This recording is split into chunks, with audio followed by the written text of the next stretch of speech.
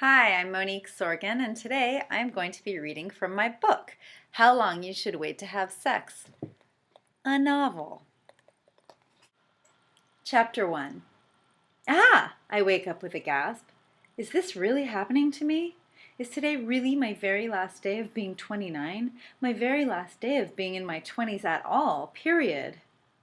Yes, tonight at midnight I'm going to turn 30, whether I'm ready for it or not. What am I doing with my life? Okay, let's see. I have a good career. I love what I do. My boss is a little weird, but despite the fact that he's been known to fire people for very unpredictable reasons, he's let me stay with the company for almost 6 years already. I think it's because he knows I can fix anything. Then again, I'm a publicist, so that's kind of my job. Okay, so I'm good at my job. That's something to be happy about. But if I can fix anything, how did I allow myself to get all the way to 29 years and 364 days without having met the love of my life? I thought for sure I'd have taken care of that by 30. And yeah, sure, we don't have to be married yet, but I gave myself a hard personal deadline to at least have met him by now. I've never missed a deadline before. So what happened here?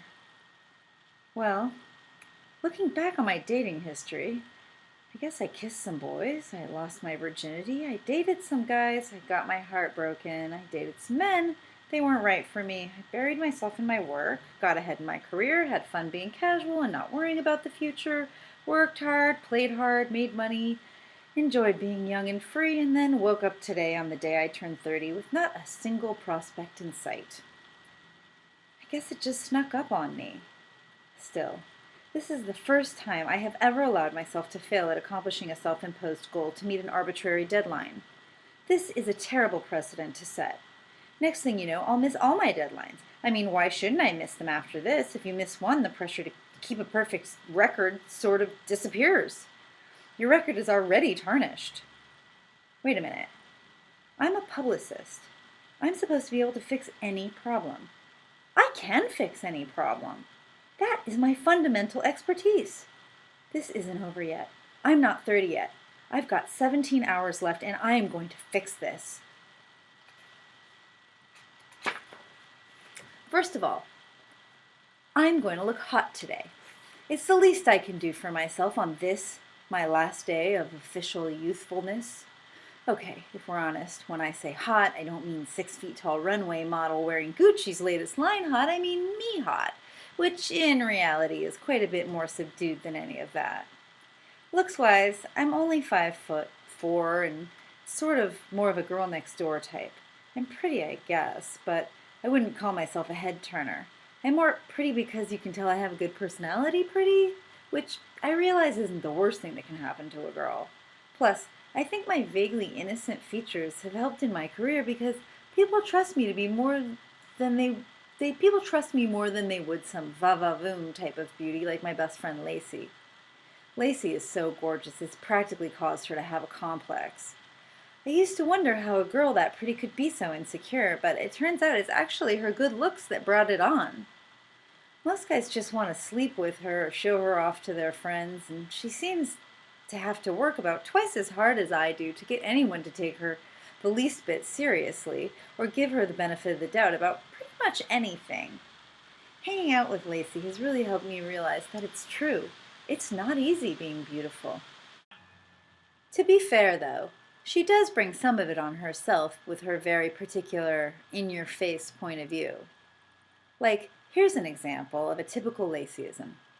I've decided that from now on I'm only dating men with money, because it's a fact of nature that all men cheat. But at least if he has money, when that inevitable betrayal comes, I'll know that I got more out of it than just a broken heart. Personally, I enjoy her viewpoints, mostly because they're hysterically funny and also because they're not entirely wrong. I mean, who can blame her for wanting a few gifts in exchange for her broken heart? Not me, that's for sure. Anyways, she's just trying to figure out how to win at life like the rest of us. Either way, I guess I should be happy that I look so non-threatening. Except when I wear this one suit, my power suit. It's the one I'm wearing today, the navy one with little pinstripes that I reserve for days when I want to close a new client deal.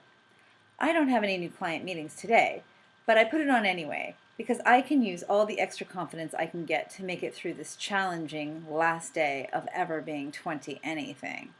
I also use a subtle dab of glitter on my eyelids because I don't know yet if glitter will still be acceptable once I cross the 30 threshold. It might end up being one of those things that makes you look old because you're trying so hard to look young. Whatever. It's just one more thing I'm not looking forward to finding out the answer to. I purposely don't put on extra foundation or blush because I'm pretty sure those are things I will soon be forced to do, as of tomorrow, to cover up my starter wrinkles and newly graying skin, as I desperately try to convince those people who aren't already familiar with my biological age that I am still a wide-eyed and naive young woman, unscathed by the years of disappointment that most people encounter on their uphill climb toward death. That's it for today, but tune in next week as I read Chapter 1, Part 2.